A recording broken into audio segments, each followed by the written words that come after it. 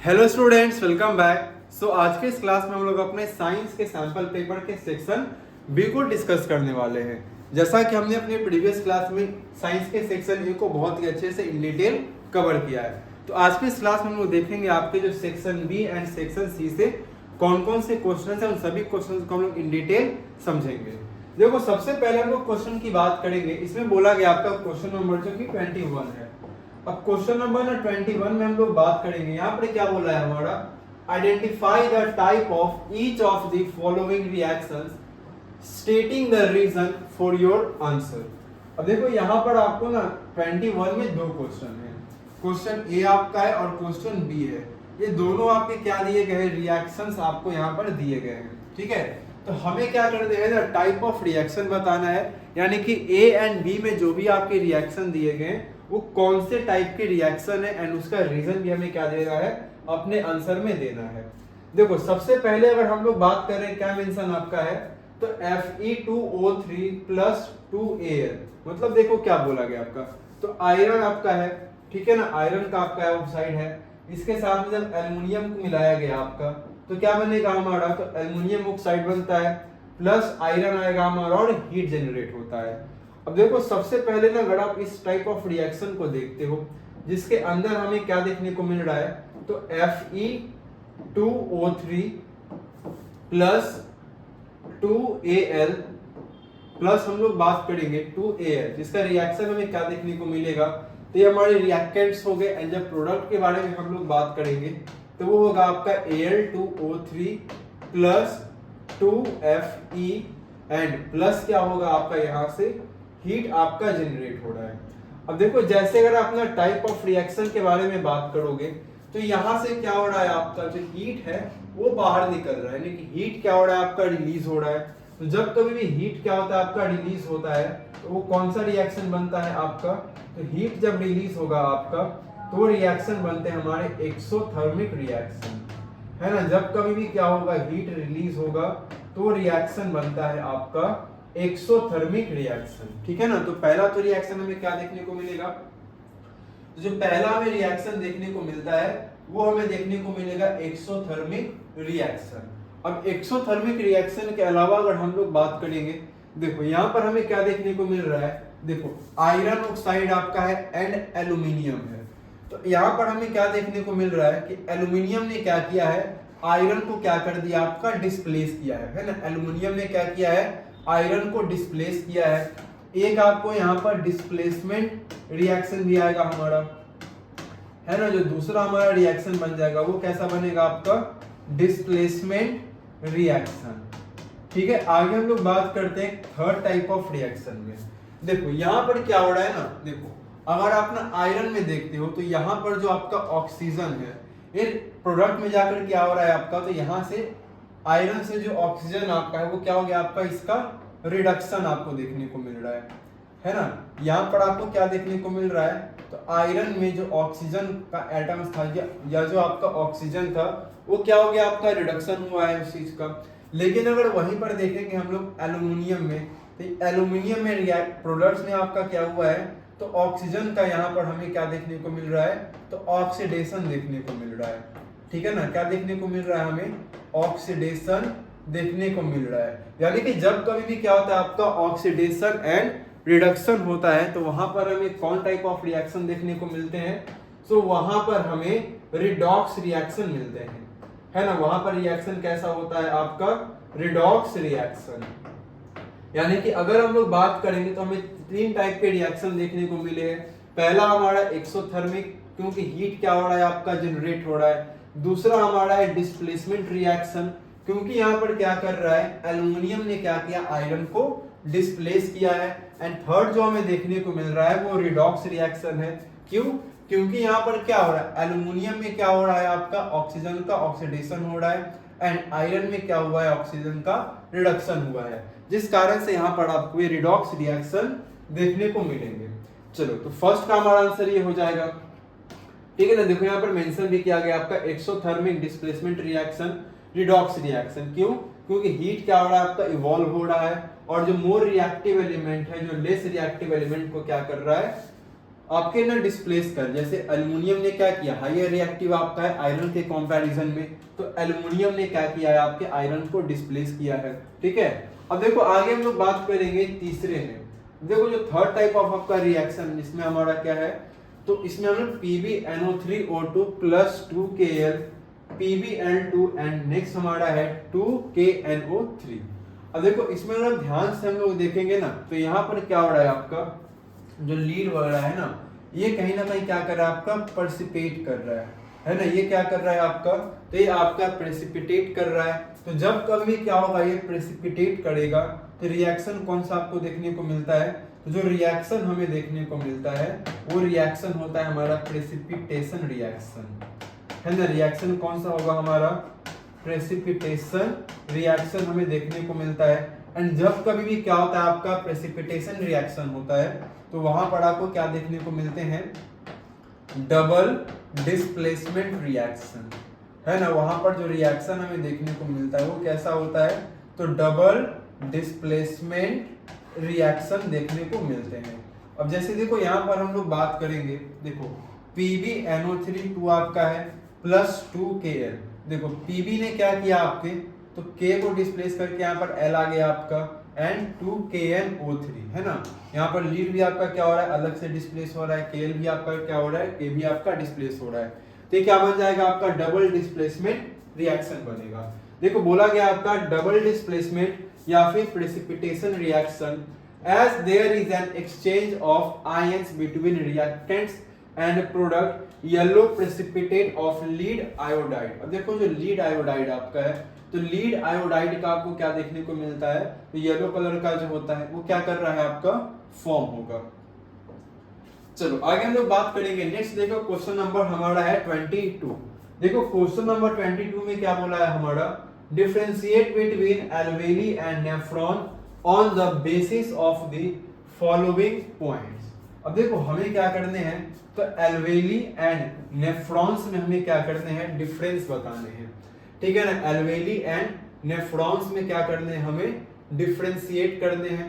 And जो differentiate करना है आपको उसके बेसिस आपको दिए गए हैं, यानी कि कौन कौन से फीचर्स के बेस पर आपको क्या करना है, डिफरेंशिएट करना है, वो भी यहाँ पर क्या है हमारा मेंशन है। देखो पहला अगर हम लोग बेसिस की बात करेंगे तो हमें स्ट्रक्चर एंड लोकेशन के बेस पर डिफरेंशिएट करना है, एंड जो दूसरा हमें डिफरेंशिएट करना है वो फंक्शन के बेस पर। ठीक है, तो अगर ना एल्वेली की हम लोग बात करते हैं, इसमें क्या होता है आपका, तो एल्वेली के जब हम लोग ना स्ट्रक्चर एंड फंक्शन की बात करेंगे तो ये क्या होता है आपका, तो एल्वेली आपका कैसा होता है इसका स्ट्रक्चर, तो बलून लाइक स्ट्रक्चर, है ना। इसका स्ट्रक्चर कैसा होता है आपका, तो बलून लाइक आपका स्ट्रक्चर होता है। ये तो स्ट्रक्चर हमने देख लिया। वही बात करेंगे नेफ्रॉन्स की, तो नेफ्रॉन्स का स्ट्रक्चर कैसा है आपका, तो ट्यूबुलर स्ट्रक्चर है। क्लियर है, स्ट्रक्चर कैसा है आपका, तो एल्वेली का स्ट्रक्चर आपका बलून लाइक होगा एंड नेफ्रॉन का स्ट्रक्चर आपका ट्यूबुलर होगा। वही बात करेंगे लोकेशन की, तो एल्वेली कहां पर प्रेजेंट आपका है, तो present at the terminal ends of bronchioles in lungs, है ना। लंग्स में क्या होते हैं आपके प्रेजेंट होते हैं, कहां पर, तो टर्मिनल ब्रोंचियल्स के एंड टर्मिनल्स में ये प्रेजेंट होते हैं। अगर नेफ्रॉन्स की हम लोग बात करेंगे तो नेफ्रॉन्स कहां पर प्रेजेंट होते हैं, जब नेफ्रॉन्स की हम लोग ना प्रेजेंस की बात करेंगे तो नेफ्रॉन्स किडनी में क्या होते हैं आपके प्रेजेंस होते हैं। तो पहला तो हमने समझ लिया है। अब देखो दूसरे जब ना फंक्शन की बात करेंगे, दूसरा फंक्शन क्या दिया गया, दूसरा जो डिफरेंशिएट है वो फंक्शन के बेस पर है। तो अगर ना एल्वेली के फंक्शन की बात करेंगे तो यहाँ पर क्या होता है आपका, तो एल्वेली में आपका एक्सचेंज ऑफ गैसेस होगा, है ना। एल्वेली में क्या होता है हमारा एक्सचेंज ऑफ गैसेस आपको देखने को मिलता है। वही बात करेंगे नेफ्रॉन्स में, तो यहाँ पर ब्लड का क्या होता है, फिल्ट्रेशन होता है एंड ब्लड फिल्ट्रेट करके क्या करता है, यूरिन को फॉर्म करेगा। ठीक है ना, ब्लड क्या करेगा, फिल्टर होगा एंड फिल्टर होने के बाद ब्लड आपकी यूरिन को क्या करता है, फॉर्म करता है। तो मेनली आपके डिफरेंशिएट हो गए एल्वेली एंड नेफ्रॉन्स के बेसिस पर। क्लियर है, चलो आगे हम लोग आते हैं। नेक्स्ट हमारा है क्वेश्चन नंबर 23। देखो 23 क्वेश्चन में क्या बोला गया है आपका,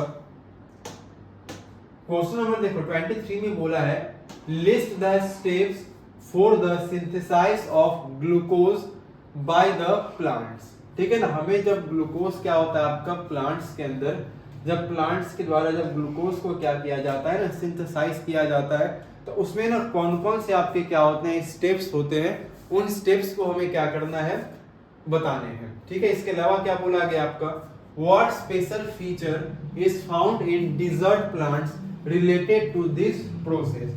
एंड जब इस हम लोग ना प्रोसेस की बात करते हैं, तो इस प्रोसेस से रिलेटेड क्या स्पेशल फीचर्स आपको डिजर्ट प्लांट्स में देखने को मिलते हैं, इसके बारे में भी क्या करने हैं, बताने हैं।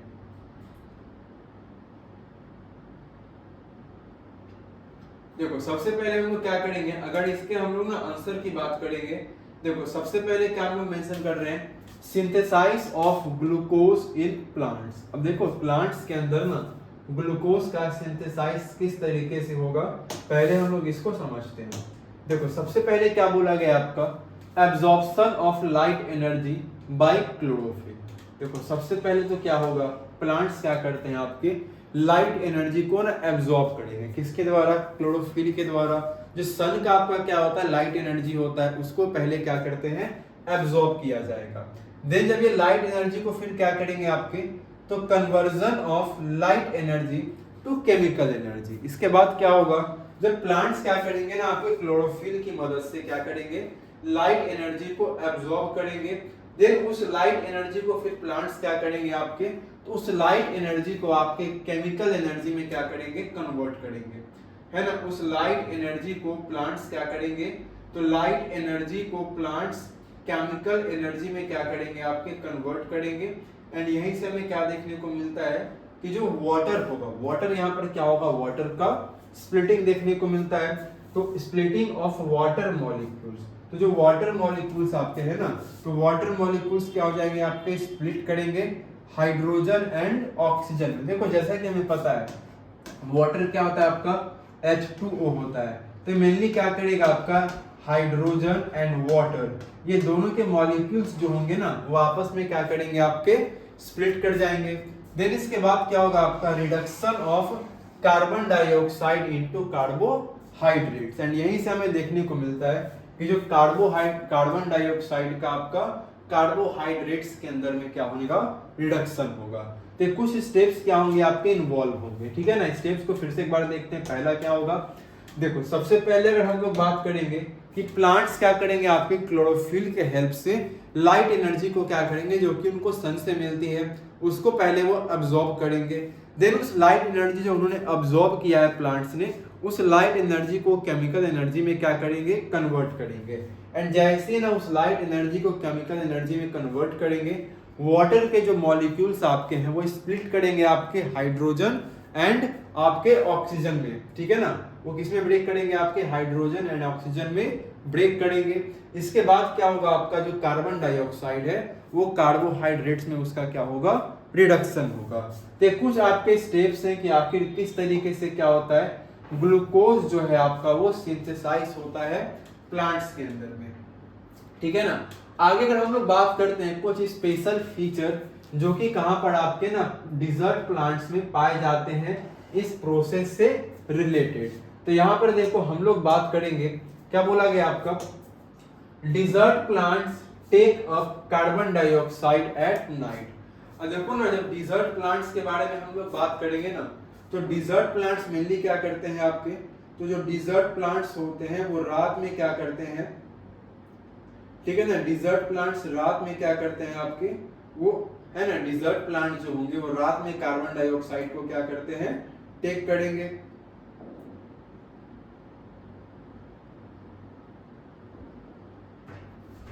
ठीक है, वो रात के अंदर में क्या करेंगे, तो रात के अंदर में वो कार्बन डाइऑक्साइड को टेक करेंगे and prepare and intermediate, and एक इंटरमीडिएट क्या करेंगे आपकी, प्रिपेयर करेंगे, जो कि आपका क्या करेगा, acted upon by the energy, जो कि एनर्जी के द्वारा क्या करेगा, आपका एक्ट करेगा। एंड क्लोरोफिल के द्वारा वो ड्यूरिंग डे टाइम पे क्या करेगा, अब्सॉर्ब किया जाएगा। चलो आगे देखो, अगर हम ना कुछ बात करते हैं तो देखो नॉर्मली क्या होता है आपका ना, अगर हम लोग बात करेंगे ना किसके बारे में, तो अगर हम लोग ना बात करेंगे अगर ना इसके, अगर हम लोग प्रोसेस के बारे में, केमिकल रिएक्शन के बारे में अगर हम लोग क्या करते हैं, बात करते हैं, तो इसके देखो जो केमिकल आपके ना रिएक्शन बनेंगे वो क्या होंगे आपके, देखो सबसे पहला अगर इसका हम लोग केमिकल रिएक्शन लिखते हैं तो इसको ना याद करेंगे, क्या बनता है आपका 6CO2, है ना, क्या बनेगा आपका, तो 6CO2 बनेगा आपका। इसके साथ में क्या करेगा आपका, तो वाटर भी क्या होगा आपका ऐड होगा, तो 6H2O, ठीक है ना। इसके साथ में क्या आएगा आपका, तो लाइट एनर्जी होगी हमारी, है ना, इसके साथ में क्या होगी, लाइट एनर्जी, ठीक है ना। क्या बनेगा आपका, तो 6CO2 प्लस 6H2O जो लाइट एनर्जी बनेगी। इसके अंदर क्या होगा, तो जो हमें क्या मिलेगा ना, जो प्रोडक्ट हमें मिलेगा वो क्या मिलेगा हमारा, तो यहाँ पर जो प्रोडक्ट हमारा मिलेगा वो मिलेगा C6H12, है ना, क्या मिलेगा हमारा, तो C6H12O6 प्लस 6O2, है ना, प्लस क्या मिलेगा हमारा 6O2। तो कुछ आपका क्या होगा, रिएक्शन होगा, जिसके अंदर आपको क्या मिलेगा, ग्लूकोज क्या होता है आपका सिंथेसाइज होगा, ठीक है ना। तो ये रिएक्शन आप क्या करोगे, याद रखोगे। चलो आगे हम लोग बात करते हैं। तो ये क्वेश्चन हमारा था 23 का ए नंबर। आगे देखो क्वेश्चन बात करेंगे 23 के बी में क्या मेंशन है। देखो 23 के बी में क्वेश्चन आपका दिया गया है, explain the role of the following enzymes in the process of digestion of food in humans, ठीक है ना। अब देखो ना बहुत सारे एंजाइम्स होते हैं, ठीक है ना, ह्यूमन बॉडी के अंदर क्या होते हैं आपके, बहुत सारे एंजाइम्स होते हैं जो कि क्या करते हैं आपके, तो जो कि ना डाइजेशन के प्रोसेस में, है ना, ह्यूमन के अंदर ना जो डाइजेशन ऑफ जो फूड होता है उसको क्या करने में, प्रोसेस में क्या करते हैं, काफी ज्यादा हेल्प करते हैं। तो कौन कौन से जो एंजाइम्स हैं उनके बारे में देखो बोला गया है। सबसे पहले ना अगर हम लोग बात करते हैं किसके बारे में, तो सैलिवरी एमाइलेज के बारे में, देन हम लोग बात करेंगे पेप्सिन के बारे में, ट्रिप्सिन होंगे, एंड लास्ट हमारा होगा लिपेज। तो किस तरह से क्या करते हैं, ये अलग अलग एंजाइम्स हैं जो कि डाइजेशन ऑफ फूड के प्रोसेस में ह्यूमंस को क्या करते हैं, काफी ज्यादा हेल्प करते हैं। देखो सबसे पहले अगर हम लोग बात करेंगे सैलिवरी एमाइलेज के बारे में, ये क्या करता है आपका, तो breaks down starch which is a complex molecule to sugar, ठीक है ना। अगर सिंपल इसको हम लोग एक पॉइंट में लिखते हैं तो देखो इनका काम मेनली क्या होता है, तो सैलिवरी एमाइलेज का जो मेनली काम होता है, ये स्टार्च को क्या करते हैं, तो ये स्टार्च जो होता है ना, ये स्टार्च को आपके किस में ब्रेक कर देंगे, शुगर में ब्रेक कर देंगे, ठीक है ना। इनका मेन काम हो गया आपका कि स्टार्च को क्या कर देंगे, आपके शुगर में ब्रेक कर देंगे। दूसरा हमारा है ना पेप्सिन। पेप्सिन क्या करता है, helps to digest protein in stomach, ठीक है ना। पेप्सिन क्या करता है, तो पेप्सिन प्रोटीन के डाइजेशन में हमारी हेल्प करेगा। तीसरा हमारा है ट्रिप्सिन। ट्रिप्सिन क्या करते हैं, it helps in digestion proteins to amino acid, है ना। अगर सिंपल बात करेंगे ट्रिप्सिन के बारे में, तो ट्रिप्सिन क्या करेंगे, तो ट्रिप्सिन जो होंगे ना, आपने पढ़ा होगा ये प्रोटीन को क्या करते हैं, तो प्रोटीन जो आपके होते हैं ना, ये प्रोटीन को किस में कन्वर्ट कर देते हैं, तो अमीनो एसिड्स में, है ना। ये प्रोटीन को किस में कन्वर्ट करेंगे आपके, तो ये प्रोटीन को कन्वर्ट कर देते हैं आपके अमीनो एसिड्स में। आगे देखो थर्ड बोला गया, फोर्थ नंबर आपका है, इसमें बोला गया ना लिपेज। लिपेज का मेन काम क्या है, तो मेनली आपके breaking down of emulsified fats to fatty acids and glycerol. अगर सिंपल पॉइंट में देखें तो लिपेज क्या करेंगे आपका, तो ये आपके ना फैट्स को, या फिर आप सिंपली बोल सकते हो इमल्सिफाइड फैट को, तो ये इमल्सिफाइड फैट को क्या कर देंगे आपके, इधर वो फैटी एसिड्स में ब्रेक कर देंगे, है ना, या तो आपका वो फैटी एसिड्स में ब्रेक करेंगे या फिर ग्लिसरॉल में क्या कर देंगे, इसको वो ब्रेक कर देंगे, ठीक है ना, ग्लिसरॉल के अंदर। तो पहला क्या हो गया, सैलिवरी एमाइलेज क्या करेगा, आपके स्टार्च को ब्रेक कर देंगे शुगर के अंदर में। पेप्सिन आपके प्रोटीन के डाइजेशन में हेल्प करेंगे, है ना। ट्रिप्सिन आपके प्रोटीन को डाइजेस्ट करके किसमें कन्वर्ट कर देंगे, अमीनो एसिड्स के अंदर में। एंड लिपेज क्या करेंगे, आपके इमल्सिफाइड फैट्स को फैटी एसिड्स या फिर आपके ग्लिसरॉल में क्या कर देंगे, ब्रेक कर देंगे, ठीक है। तो कुछ हमारे क्या हो जाएंगे, अलग अलग एंजाइम्स के फीचर्स होंगे। चलो आगे देखो नेक्स्ट क्या बोला गया आपका, अब देखो नेक्स्ट हमारा जो क्वेश्चन है वो है क्वेश्चन नंबर 24। देखो क्वेश्चन नंबर 24 में आपका क्या मेंशन किया गया है, तो यहाँ पर देखो सबसे पहले तो क्या दिया गया, आपका एक पिक्चर दिया गया है, ठीक है ना। सबसे पहले अगर हमको यहाँ पर देखो क्या देखने को मिल रहा है, तो हमें यहाँ पर एक पिक्चर दिख रहा है, ठीक है। इस पिक्चर में क्या है ना, तो हमें बताया गया है कि फॉर्मेशन ऑफ इमेज, यहाँ पर एक इमेज का क्या हो रहा है, आपका फॉर्मेशन हो रहा है, ठीक है। अब इमेज का जो यहाँ पर आपको फॉर्मेशन देखने को मिल रहा है वो एक लेंस के द्वारा है, जो कि थिक लाइन से इसको डिनोट किया गया है। जैसे ये जो आप लेंस देख रहे हो, ये लेंस आपका जिसको कि थिक लाइन से क्या किया गया, आपका डिनोट किया गया है। तो यहाँ पर क्या बोला ना, हमें फिगर को पहले क्या करना है, एनालाइज करना है, एंड फिगर को एनालाइज करने के बाद हमें कुछ क्वेश्चंस के ना आंसर देने हैं। अब देखो क्वेश्चन क्या क्या हमसे पूछा गया है, तो जो पहला क्वेश्चन पूछा गया है वो बहुत ही सिंपल आपका है ना, what is the type of lens used. अब हमें अच्छे से पता है लेंस दो ही तरह के होते हैं, इधर वो कौन से लेंस होंगे, आपके कॉन्वेक्स लेंस होंगे, एंड अगर वो फिर दूसरे क्या हो सकते हैं, आपके ये कॉनकेव लेंस हो सकते हैं, ठीक है ना। इधर क्या होंगे, आपके कॉनकेव लेंस होंगे या फिर आपके वो कॉन्वेक्स लेंस, ठीक है। पहला क्वेश्चन है। दूसरा देखो बोला गया है what is the nature of the image. तो अगर देखो अगर आप लेंस के बारे में पता लगा पाते हो तो आपको ना बड़ी आसानी से क्या होगा, तो आप बड़ी आसानी से क्या कर पाओगे, तो देन आप बहुत ही आसानी से नेचर ऑफ इमेज के बारे में पता लगा पाओगे। एंड आगे देखो क्या बोला है, if the image is formed at a distance of 30 centimetre from the image. अगर इमेज देखो क्या बन रहा है, लेंस से 30 मीटर के डिस्टेंस के 30 सेंटीमीटर के डिस्टेंस पर बन रहा है आपका, और इमेज कैसा है आपका, तो ऑब्जेक्ट का ट्वाइस है। अब देखो इमेज कैसा बन रहा है, ऑब्जेक्ट का ट्वाइस बन रहा है। तो एक बात तो क्लियर हो गया हमारा कि इमेज कैसा होगा, आपका एनलार्ज्ड होगा, है ना। इमेज कैसा बनेगा आपका, क्योंकि इमेज का देखो जो साइज है वो ऑब्जेक्ट के साइज से क्या है, आपका एनलार्ज बन रहा है। क्लियर है, जाहिर सी बात है इमेज क्या बनेगा, आपका एनलार्ज होगा। तो अब इसमें बताना है कि where is the object place. तो ऑब्जेक्ट को ना यहाँ पर कहां पर आपका प्लेस किया जाएगा, इसके बारे में हमें क्या करने हैं, बताने हैं, ठीक है ना। ऑब्जेक्ट को हम लोग कहां पर प्लेस करेंगे, इसके बारे में हमें क्या करने हैं, आंसर बताने हैं। देखो सबसे पहले ना हम लोग बात करते हैं क्वेश्चन नंबर फर्स्ट का। देखो क्वेश्चन नंबर ना अगर हम लोग बात करेंगे फर्स्ट के अंदर, देखो इसमें क्या बोला गया आपका, तो अगर ना इसमें हम लोग लेंस के बारे में बात करेंगे, तो ये लेंस का जो आपका टाइप हो जाएगा ना, वो कौन से टाइप का आपका लेंस होगा। तो जो लेंस आपको देखने को मिल रहा है यहाँ पर, वो कौन सा लेंस बनेगा, आपका कॉन्वेक्स लेंस होगा, ठीक है ना। लेंस कैसा बनेगा, आपका कॉन्वेक्स लेंस बनेगा। एंड जो कॉन्वेक्स लेंस होते हैं वो हमेशा कैसे इमेज को फॉर्म करते हैं, तो आपके वर्चुअल इमेज को क्या करते हैं, फॉर्म करते हैं। तो लेंस कौन सा टाइप का होगा हमारा, जो लेंस का आपका टाइप है वो आपका लेंस का टाइप हो जाएगा कॉन्वेक्स लेंस। एंड जो कॉन्वेक्स आपके लेंस होते हैं वो हमेशा क्या करते हैं, आपके वर्चुअल इमेज को फॉर्म करते हैं।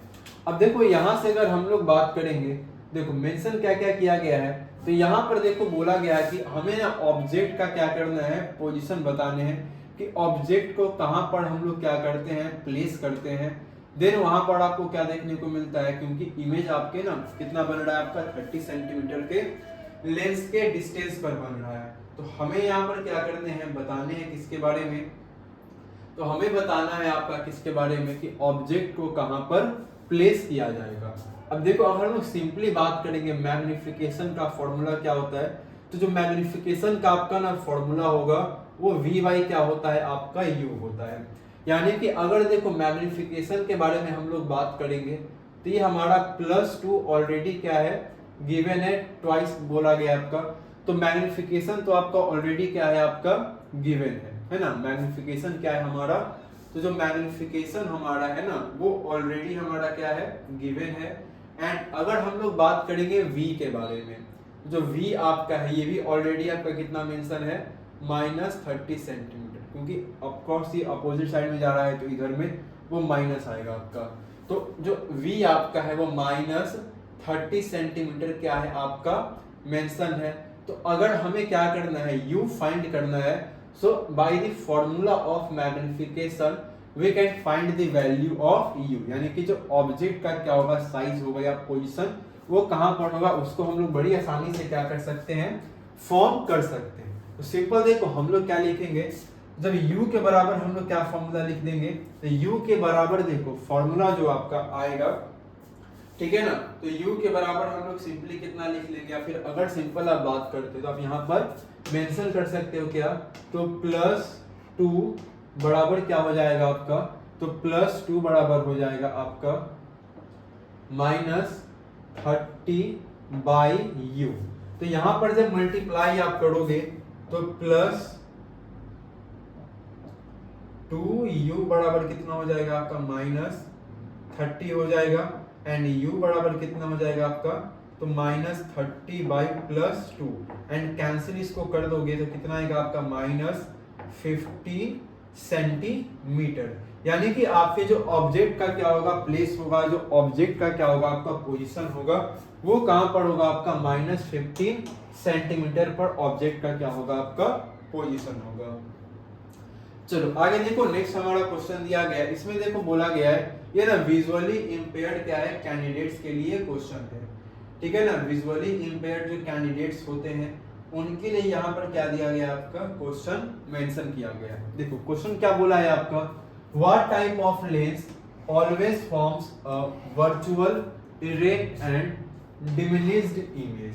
अब देखो यहाँ पर बोला गया ना कि कौन सा ना आपका ऐसा लेंस है जो कि हमेशा क्या करता है आपका डिमिनिश्ड फॉर्म करता है। डिमिनिश्ड इमेज कहने का मतलब क्या है ना, देखो डिमिनिश्ड इमेज अगर हम लोग बात करते हैं तो डिमिनिश्ड इमेज कहने का मतलब है कि जो ऑब्जेक्ट आपका है, या फिर आप सिंपल बोल लो कि जो इमेज का साइज है ना, इमेज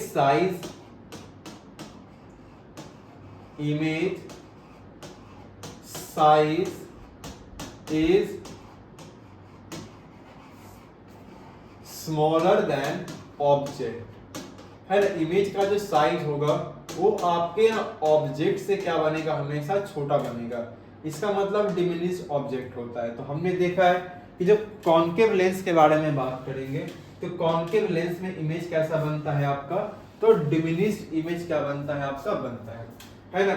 कॉन्केव लेंस में हमें क्या देखने को मिलता है कि डिमिनिश्ड इमेज क्या होगा आपका बनता है। चलो आगे देखो बोला गया है list 2 uses of such a lens. अब सच अ लेंस के बारे में मतलब जो हमारा आंसर आया है कॉन्केव लेंस का, तो कॉन्केव लेंस के ना 2 यूजेस के बारे में हमसे क्या यहाँ पर पूछा गया है कि ना कॉन्केव लेंस जो हमारे हैं उन कॉन्केव लेंस का 2 यूज क्या क्या होगा।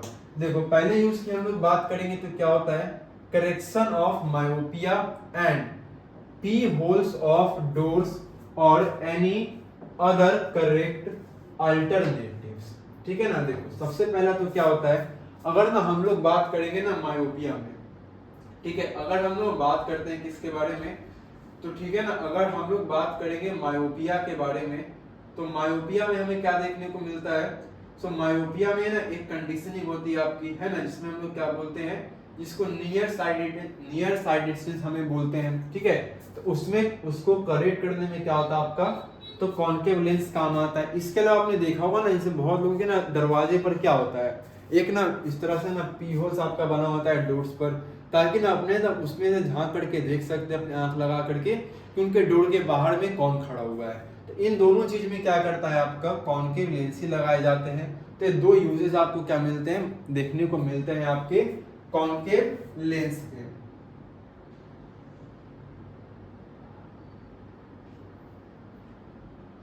ठीक है, अब देखो मायोपिया की अगर हम लोग बात करें ना तो मायोपिया में क्या होता है, तो अगर ना हम लोग मायोपिया के बारे में बात करते हैं तो एक कॉमन विजन कंडीशन होता है जिसमें ना आप क्या करते हो क्लोज ऑब्जेक्ट को ना बड़ी आसानी से देख सकते हो, लेकिन जो दूर का ऑब्जेक्ट होता है ना, तो दूर का ऑब्जेक्ट क्या होता है आपको देखने में प्रॉब्लम होती है। इसको दूर करने के लिए कॉन्केव लेंस का आपका यूज किया जाता है। चलो आगे हम लोग बात करेंगे, नेक्स्ट हमारा है क्वेश्चन नंबर 25। अब देखो 25 क्वेश्चन में क्या किया गया है, तो 25 क्वेश्चन के अंदर भी आपको 2 अलग अलग क्या दिए गए होंगे क्वेश्चन दिए गए होंगे, ठीक है ना। एक 25 का ये क्वेश्चन हमारा है एंड इसके अलावा 25 का एक आपका ना बी क्वेश्चन होगा। ठीक है, अब देखो 25 के ए की हम लोग जब बात करेंगे, देखो इसमें क्या क्वेश्चन गिवन है। देखो पहला तो क्वेश्चन में बोला गया है हमारा the electric circuit above figure in a cloth dryer contains two heaters X and Y in parallel. देखो सबसे पहले समझते हैं, ये हमारा यहाँ पर एक सर्किट दिया गया है। ठीक है, अब इस सर्किट में क्या है आपका, तो इस एक क्लॉथ ड्रायर आपका, इसमें दो हीटर्स आपके कनेक्टेड हैं, एक एक्स हो गया आपका और ये वाई हो गया। एंड ये कनेक्टेड कैसे हैं, द मोस्ट इंपॉर्टेंट यहीं से क्वेश्चन बनेंगे हमारे, ये पैरेलल कनेक्टेड है। कैसे कनेक्टेड आपके हैं, तो ये पैरेलली आपके क्या है, कनेक्टेड है। अभी यहाँ पर जो कनेक्टेड इसको किया गया है ना, तो 230 वोल्ट के पावर सप्लाई से इसको कनेक्ट किया गया है। यानी कि पावर सप्लाई कितना दिया गया आपका, तो यहाँ भी आपका 230 होगा। ठीक है, 230 का यहाँ पर आपका पावर सप्लाई मेंशन है। When both switches are closed, तो बंद कर दो, है ना, कि जब हम लोग क्या करते हैं ना, दोनों स्विचेस को क्लोज कर देंगे, तो करंट एक्स में जो करंट आपका फ्लो कर रहा है वो कितना है आपका, तो जब एक्स हीटर की हम लोग बात करते हैं, तो यहाँ पर जो करंट आपका है वो 3.5 एम्पियर का क्या है, मेंशन है। ठीक है, यहाँ तक क्लियर हमारा है। अब हमें क्या बोला है ना, analyse the circuit given above and answer the following question. देखो सबसे पहले तो हमें क्या करना है, इस सर्किट को एनालाइज करना है। एंड जब ना आप सर्किट को क्या करते हो, एनालाइज करते हो, तो पहला क्वेश्चन क्या बोला है आपका, calculate the power developed in heater A. यानी कि आपको ना हीटर ए में, अब देखो हीटर ए के बारे में बात करेंगे, तो इसमें देखो वोल्ट आपको कितना का मेंशन किया गया है, तो जब हम ना बात करेंगे 230 का क्या इसके अंदर वोल्ट आपका है ना, 230 क्या है आपका वोल्ट है। V के बराबर बात करेंगे तो कितना है आपका 230 है ना, V आपका 230 हो गया आपका। V के अलावा अगर हम लोग ना करंट की बात करते हैं, तो करंट कितना मेंशन आपका है, जब करंट के बारे में हम लोग बात करते हैं, तो करंट आपका जो मेंशन यहाँ पर किया गया है वो कितना है हमारा, तो I जो हमारा है इसके अंदर वो कितना मेंशन आपका है, तो I जो मेंशन है वो 3.5 एम्पियर है। तो अगर हमसे देखो पूछा क्या है, पावर पूछा है, देखो यहाँ पर वोल्ट भी हमें पता है एंड हमें यहाँ पर क्या पता है, करंट भी पता है। सिंपल देखो फॉर्मूला क्या होता है पावर का, V इंटू आई होता है ना। पावर का सिंपल से यहाँ पे फॉर्मूला क्या बनता है आपका, V इंटू आई का एक फॉर्मूला बनता है। इट मीन सिंपली हमें यहाँ पर क्या करना है, मल्टीप्लाई कर देना है। तो V कितना हमारा है, तो V हमारा है 230 एंड जो करंट हमारा है वो कितना है 3.5 का, एंड ये मिल करके क्या बनेगा आपका वाट बन जाएगा। तो सिंपली हम लोग क्या करेंगे, यहाँ पर मल्टीप्लाई करेंगे। तो यहाँ पर मल्टीप्लाई कर लेते हैं, कितना हो जाएगा हमारा 230 और 35 है, सिंपली मल्टीप्लाई करते हैं, कितना हो जाएगा हमारा 5 3 जा 15, 5 कैरी करेंगे 1, 5 2 जा 10, 1 11, 23 3 जा कितना होता है, डायरेक्ट आपका 69 होता है। तो 5 टाइम आ गया आपका 5, 10 का 0 कैरी करेंगे 1, तो 805। तो वॉट पावर कितना हो गया आपका, तो पावर के बारे में जब हम लोग बात करेंगे तो 805 का क्या हो गया वॉट का पावर आएगा, किसके अंदर में आपका हीटर एक्स के अंदर में। तो इसमें हम लोग पावर के बारे में बात करेंगे हीटर एक्स में, तो 805 वॉट का आपको क्या देखने को मिलेगा, यहाँ पर पावर देखने को मिलेगा। चलो आगे हम लोग बात करेंगे इसी में नेक्स्ट क्वेश्चन। अब देखो नेक्स्ट क्वेश्चन, जैसे यहाँ पर देखो सिंपल आपका ना मेंशन भी है। अब देखो आगे ना हम लोग बात करते हैं इसमें एक और क्वेश्चन। देखो क्वेश्चन यहाँ पर आपका क्या है, वो मिसिंग है। ठीक है ना, क्वेश्चन जो यहाँ पर होना चाहिए वो क्वेश्चन क्या है आपका मिसिंग है। तो क्वेश्चन को पहले हम लोग समझ लेते हैं क्वेश्चन है क्या। देखो क्वेश्चन में इसमें मेंशन किया गया आपका, ठीक है ना, क्वेश्चन के बारे में हम लोग बात करेंगे। इसका देखो सेकंड जो क्वेश्चन है ना, इसके सेकंड क्वेश्चन में आपका मेंशन किया गया है। ठीक है ना, क्या मेंशन किया गया है, देखो क्वेश्चन में बोला गया आपका, ठीक है ना, पहले हम लोग इसका ना क्वेश्चन क्या करते हैं लिख लेते हैं, ठीक है, फिर इसका सॉल्यूशन हम लोग देखेंगे। देखो क्वेश्चन बोला गया आपका if the resistance of x is double, है ना। क्वेश्चन बी में क्या बोला है, इसका सेकंड में क्या बोला गया है, if the resistance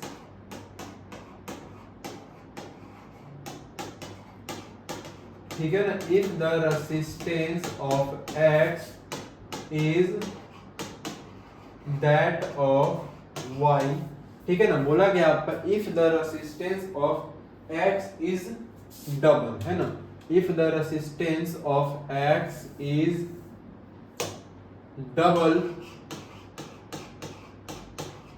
that of y, ठीक है ना। अगर हम लोग क्या करते हैं, x का जो आपका रेसिस्टेंस है वो y के रेसिस्टेंस से क्या होता है आपका डबल हो जाता है, तो हीटर y के अंडर में क्या होगा आपका, कितना करंट होगा। सिंपल बोला है आपका calculate the current in heater y, ठीक है। तो हीटर y में आपको क्या करना है, करंट को कैलकुलेट करना है। अब आते हैं ना हम लोग पहले अपने फिगर पे। अब देखो जब हम लोग फिगर के बारे में बात कर रहे हैं, देखो जब फिगर के बारे में बात करेंगे तो फिगर को ना ध्यान से समझना है। देखो यहाँ पर क्या हो रहा है, देखो अब 230, देखो वोल्ट यहाँ, वोल्ट तो यहाँ पर भी होगा आपका, यहाँ पर भी जो वोल्ट होगा आपका वो 230 का ही होगा आपका, ठीक है ना। 230 का यहाँ पर भी क्या होगा आपका पावर सप्लाई दिया जा रहा है, ठीक है। लेकिन बोला गया आपका ना कि इसका जो रेसिस्टेंस है अगर आप कितना कर देते हो 2R कर देते हो, इसका Y का रेसिस्टेंस R है, ठीक है ना। X का जो रेसिस्टेंस है Y के रेसिस्टेंस से क्या है आपका डबल होता है, ठीक है ना। रेसिस्टेंस यहाँ पर क्या बोला गया आपका, तो रेसिस्टेंस को डबल करने की यहाँ पर बात की गई है, ठीक है। तो हमें सिंपली यहाँ पर फाइंड क्या करना है, जो करंट है तो Y हीटर में करंट आपका कितना आएगा इसके बारे में हमें क्या करने बताने हैं। अब देखो सिंपली जब बात करेंगे, जब X हीटर में क्या है आपका, जब रेसिस्टेंस आपका डबल है तो यहाँ पर आपका करंट कितना आ रहा है आपका 3.5 एम्पियर का। तो जाहिर सी बात है ना, अब इसमें हम लोग सिंपली बात करेंगे। देखो करंट क्या होता है, तो जब ना करंट के बारे में बात करोगे तो करंट क्या होता है आपका, सिंपल यहाँ पर लिख सकते हो, करंट इज क्या होता है आपका inversely proportional to the resistance, ठीक है ना। करंट क्या होता है आपका, तो करंट जो आपका है वो रेसिस्टेंस के यूनिवर्सली क्या होता है आपका प्रोपोर्शनल होता है। यानी इसको सिंपल हम लिखेंगे कैसे, तो इसको हम लोग सिंपल लिखेंगे आपके क्या होता है 1/R, यानी कि सिंपल यहाँ पर क्या आ जाएगा, करंट जो होता है वो रेसिस्टेंस के आपका इनवर्सली क्या होता है प्रोपोर्शनल होता है। इसका सिंपल देखो मतलब क्या है कि रेसिस्टेंस क्या हो जाएगा आपका आधा हो जाएगा अगर आप करंट को क्या करते हो डबल करते हो। सिंपल समझना, अगर आप करंट को क्या करोगे डबल कर दोगे तो रेसिस्टेंस क्या हो जाएगा आपका हाफ होगा। करंट को क्या करेंगे डबल करेंगे तो रेसिस्टेंस क्या होगा आपका हाफ होगा। इट मींस अगर रेसिस्टेंस को आधा करोगे तो करंट क्या होगा आपका डबल हो जाएगा। यानी कि हीटर Y में जो करंट आएगा आपका वो 7 एम्पियर का हो जाएगा। क्यों हो जाएगा, क्योंकि करंट क्या होता है आपका रेसिस्टेंस के इनवर्सली प्रोपोर्शनल होता है। तो अगर आपका रेसिस्टेंस क्या होता है डबल होता है तो करंट आपका क्या होगा हाफ होगा, और करंट अगर आपका हाफ होगा तो रेसिस्टेंस क्या होगा आपका डबल होगा। इस कारण से हीटर बी में जो आपका करंट जाएगा वो कितना जाएगा, सॉरी हीटर वाई में जो करंट जाएगा आपका वो 7 एम्पियर का क्या होगा करंट होगा। चलो आगे हम लोग आते हैं 25 के बी नंबर क्वेश्चन में। देखो 25 का जो क्वेश्चन बी है इसमें देखो क्या मेंशन है, तो 25 के बी क्वेश्चन में आपका मेंशन किया गया है। पहला देखो बोला गया है ना 25 का हमने क्या किया है, तो 25 का क्वेश्चन हमने ए बनाया है, ठीक है ना। 25 का क्वेश्चन क्या है आपका बी है। देखो इसमें क्या बोला गया आपका, the above figure shows two resistors X and Y connected in series. यहाँ पर देखो सीरीज में कनेक्टेड है, जब सीरीज में कनेक्टेड होता है आपका करंट सेम होता है, ठीक है। The power dissipated for this combination P1 when these resistors are connected in parallel to the same battery, then power dissipates is given by P2. Find the out the ratio P1 by P2। तो आपको P1 by P2 का क्या करना है, ratio आपको क्या करना है फाइंड करना है। जैसे यहाँ पर देखो मेंशन आपका है, पहले में देखो रेजिस्टेंस कितना है आपका X में आपका R है, तो Y में क्या है आपका 2R है। तो अगर टोटल रेसिस्टेंस हम लोग बात करते हैं सीरीज में, है ना, अगर आप क्या करते हो सीरीज के अंदर ना टोटल रेसिस्टेंस की बात करते हैं हम लोग, ठीक है। अगर हम लोग क्या करेंगे टोटल रेसिस्टेंस की बात करेंगे ना सीरीज के अंदर में, तो वहां पर आपको क्या होता है टोटल रेसिस्टेंस कितना देखने को मिलता है। तो अगर आप क्या करते हो टोटल रेसिस्टेंस बात करते हो सीरीज में, है ना, तो अगर हम लोग लिख लेते हैं यहाँ पर टोटल रेसिस्टेंस इन सीरीज, जो टोटल आपको रेसिस्टेंस देखने को मिलेंगे कहां पर सीरीज के अंदर में, तो यहां पर आप क्या मेंशन करोगे, तो यहां पर आप मेंशन करोगे R प्लस 2R, कितना हो जाएगा आपका R प्लस हो जाएगा आपका 2R, ठीक है ना। कितना लिखेंगे हम लोग, तो R प्लस हो जाएगा हमारा 2R, दिन टोटल यहाँ पर जो रेसिस्टेंस बनेगा सीरीज में वो बनेगा आपका 3R, ठीक है ना। टोटल रेसिस्टेंस सीरीज में कितना आएगा आपका 3R, तो ये क्या आएगा हमारा, तो ये आएगा हमारा टोटल रेसिस्टेंस सीरीज के अंदर में। लेकिन वही हम लोग अगर ना पैरेलल बात करते हैं तो पैरेलल में कितना चला जाएगा आपका रेसिस्टेंस इन पैरेलल, ठीक है। अगर हम लोग बात करते हैं रेसिस्टेंस के बारे में, तो रेसिस्टेंस इन पैरेलल, तो पैरेलल में रेसिस्टेंस कितना जाएगा हमारा, वो 2R/3 चला जाएगा, ठीक है ना। पैरेलल में कितना होगा रेसिस्टेंस आपका, तो ये हो जाएगा हमारा 2R/3। अब देखो जैसे हम लोग बात करेंगे तो 2R प्लस हमारा R प्लस 2R हमने लिया है, इसका फॉर्मूला देखो क्या होता है। इसके जब फॉर्मूला की बात करेंगे तो यहाँ पर क्या हो जाएगा, पावर 1 में अगर हम लोग बात करेंगे तो P1, इसका जो फॉर्मूला हो जाएगा आपका वो क्या हो जाएगा आपका V²/3R, कितना होगा V²/3R, ये P1 में हो जाएगा आपका। लेकिन अगर हम लोग ना बात करेंगे P2 की, है ना, P2 के बारे में जब बात करोगे तो यहाँ पर आपको कितना देखने को मिलता है, तो P2 के बारे में ना जब हम लोग बात करेंगे तो यहाँ पर आपको ये देखने को मिलेगा V², है ना, कितना होगा आपका V²/2R/3, ठीक है। तो P1 हमने निकाल लिया है एंड P2 हमने क्या किया है यहाँ पर निकाल लिया है। अब हमें क्या करने हैं, तो अब ना हमें इसके क्या निकालने हैं, रेशियो निकालना है, P1/P2 हमें क्या करने हैं निकालने हैं। अब देखो जब ना बात करेंगे P1/P2 के बारे में, ठीक है ना, क्या हम लोग बात करेंगे, सो P1/P2 यानी कि हमें इनका क्या निकालना है, रेशियो निकालना है। इनमें रेशियो में हमें क्या देखने को मिलता है, देखो P1 का रेशियो हमारा कितना था, तो P1 का रेशियो हमारा था V²/3R, है ना। इसका रेशियो कितना था आपका P1 का V²/3R था, ठीक है। अब P2 का रेशियो कितना है आपका, था मेरे बाई कर दो, P का रेशियो था आपका V²/2R बाई कितना था आपका 3 था, है ना। एक बार चेक कर लेते हैं कैलकुलेशन, ठीक है ना, कितना था हमारा 2R/3 था, ठीक है। तो यहाँ तक करेक्ट हमारा हो गया। अब हमें इसका क्या निकालना है, रेशियो निकालना है। अब ध्यान से देखो ये डिवाइड हो रहा है यहाँ पर, ठीक है। तो आप इस इक्वेशन को ना कुछ इस तरीके से भी क्या करते हो, लिख सकते हो। पहले हम नीचे वाले अगर सिंपली यहाँ पे समझे, इसको पूरी तरह से अगर हम लोग क्या करते हैं ना आपके सॉल्व करते हैं, तो ये क्या बनेगा, कुछ इस तरीके से बनेगा आपका, है ना। ये क्या बनेगा आपका, तो V² कितना बनेगा आपका, तो 2R कितना होगा आपका, ये 3 होगा। मीन से यहाँ पर आपका डिवाइड हो रहा है, तो आप इसको ना कुछ ऐसे भी लिख सकते हो, V² डिवाइड 2R/3। अब क्योंकि कैलकुलेशन में डिवाइड का आपका साइन होता नहीं है, इसको हम लोग लिखेंगे V² × 3/2R।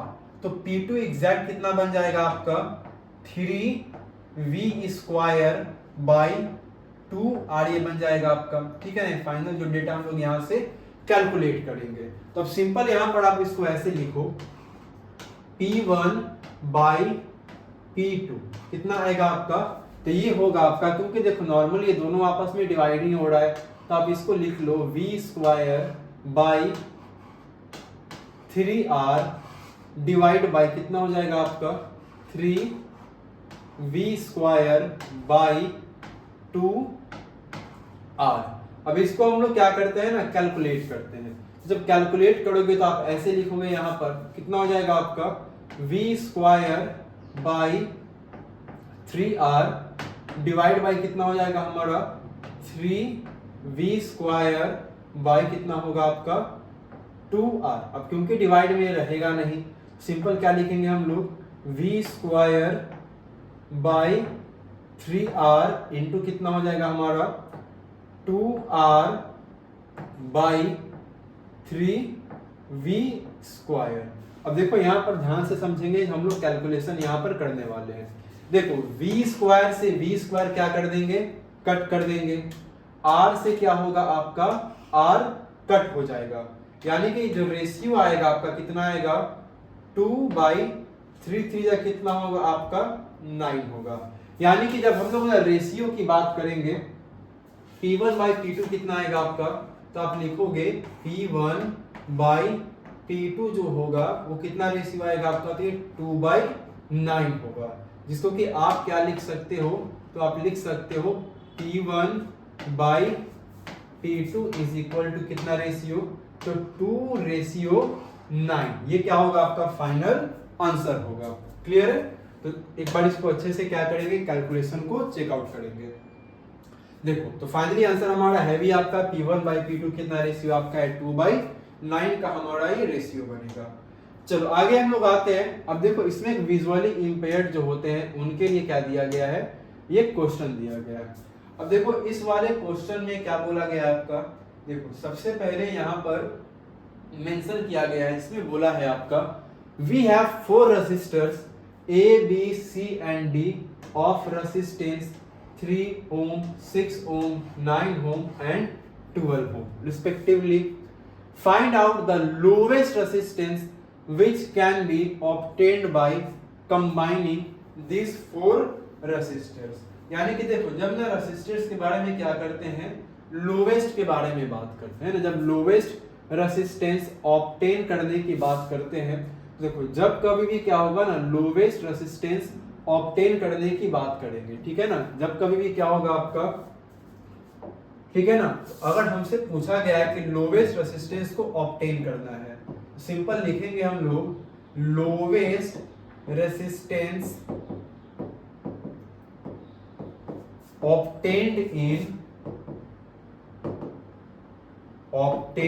in parallel series, है ना। अगर लोवेस्ट रेसिस्टेंस ऑब्टेन करने की बात करेंगे तो हमें कहां से मिलता है, तो लोवेस्ट रेसिस्टेंस हमेशा हमें कहां से मिलता है, तो लोवेस्ट रेसिस्टेंस जो हमें मिलता है वो हमेशा हमें मिलता है पैरेलल सीरीज। जब हम क्या करते हैं पैरेलल सीरीज में कनेक्ट करेंगे तो यहाँ पर हमें जो रेसिस्टेंस मिलता है वो क्या मिलेगा, तो 1 आप यहाँ पर लिख सकते हो 1 रेसिस्टेंस इक्विवेलेंट, वो कितना हो जाएगा आपका 1/R1 plus 1/R2 plus 1/R3 plus 1 कितना हो जाएगा हमारा R4।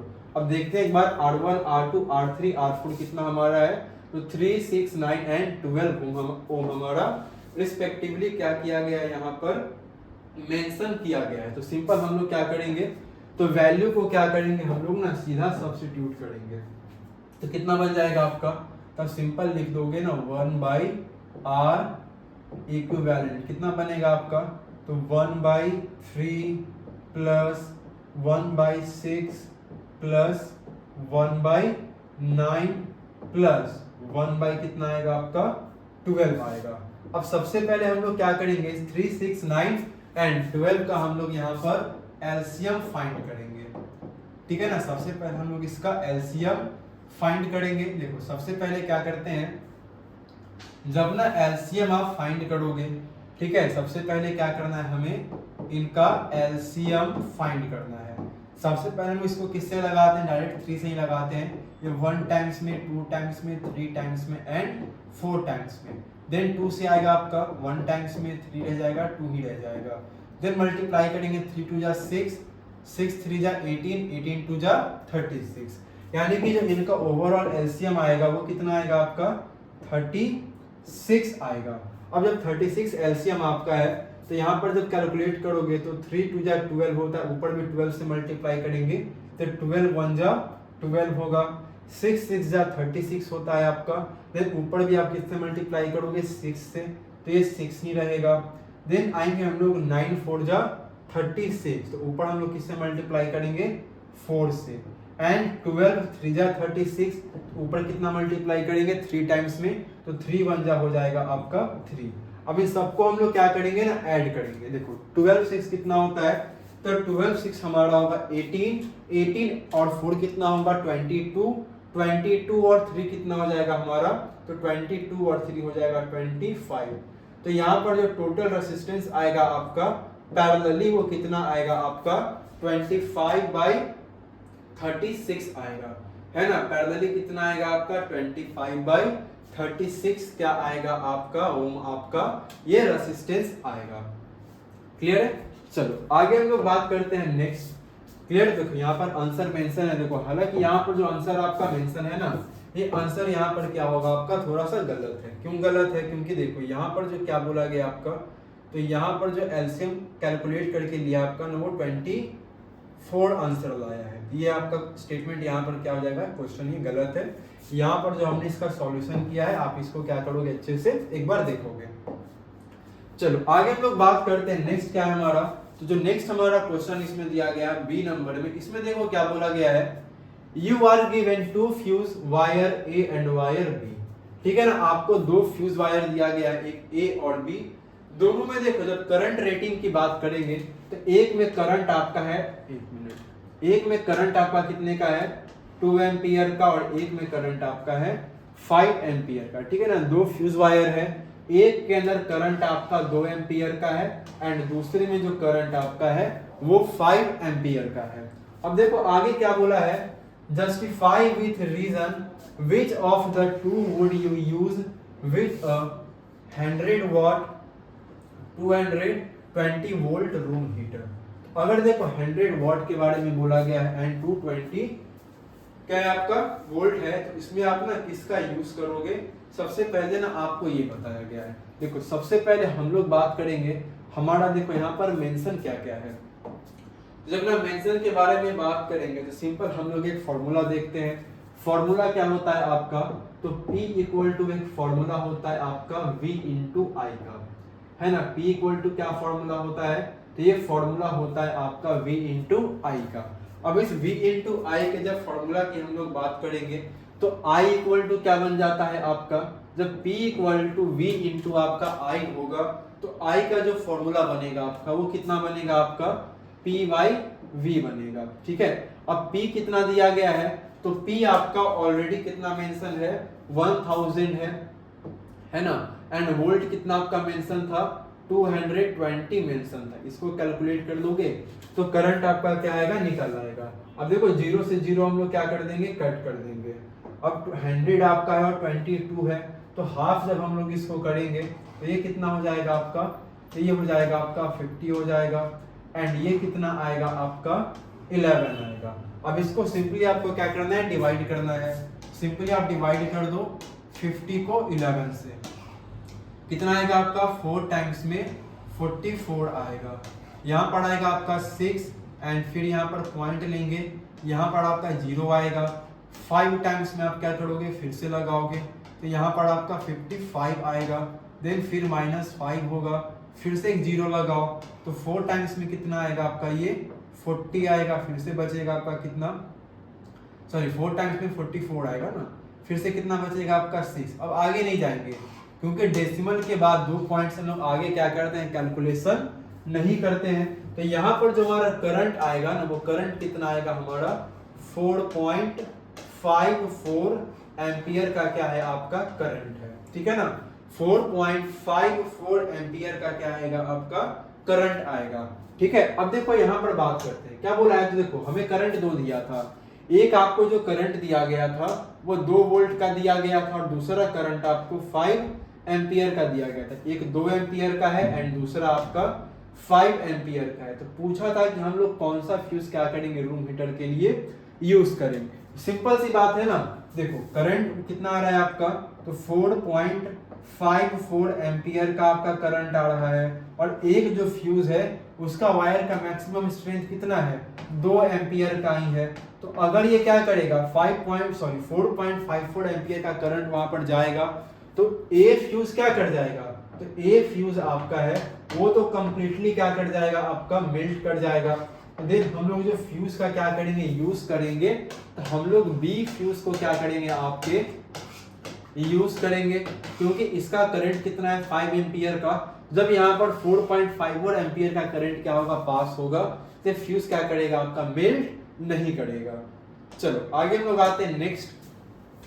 देखो नेक्स्ट हमारा है क्वेश्चन नंबर 26।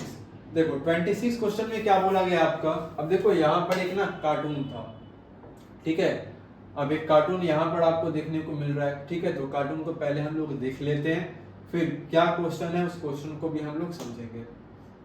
देखो क्वेश्चन में बोला गया आपका, कार्टून आपका है, अब इस कार्टून के बेस्ड पर ना कुछ क्वेश्चन दिए गए हैं, ठीक है। तो सबसे पहले अगर हम लोग क्या करते हैं ना, क्वेश्चन के बारे में बात करेंगे, ठीक है ना। सबसे पहले हम लोग क्या देखते हैं, क्वेश्चन देखते हैं कार्टून का। क्या देखो बोला गया है, what will impact the process shown in the image have on humans if they occupy the last tropical level। यानी कि देखो सिंपली बोला गया है कि अगर ह्यूमंस क्या करते हैं, आपके लास्ट ट्रॉपिकल लेवल को क्या करते हैं, ऑक्युपाई कर लेते हैं, तो क्या इम्पैक्ट हमें देखने को मिलेगा।